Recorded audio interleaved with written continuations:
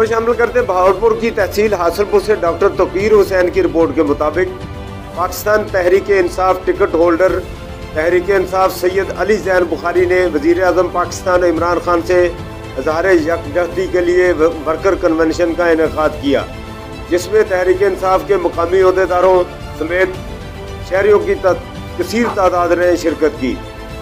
Convention में नौजवानों ने तहरीक इंसाफ के पार्टी परचम और लोटे उठा रखे थे। शुरका ने खूब नारेबाजी की।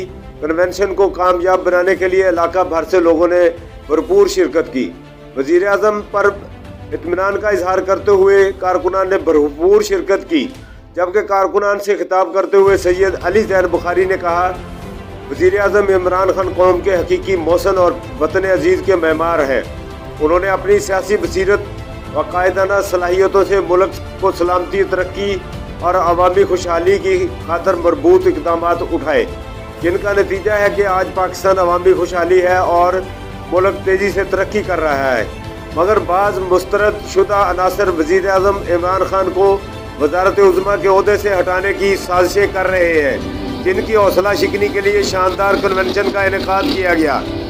वज़ीर आज़म से भरपूर इज़हार यकजहती की कारकुनान के तारीख साज इनेकाद की खातर न सिर्फ खुद शरीक हुए बल्कि शहरियों ने भी शिरकत की।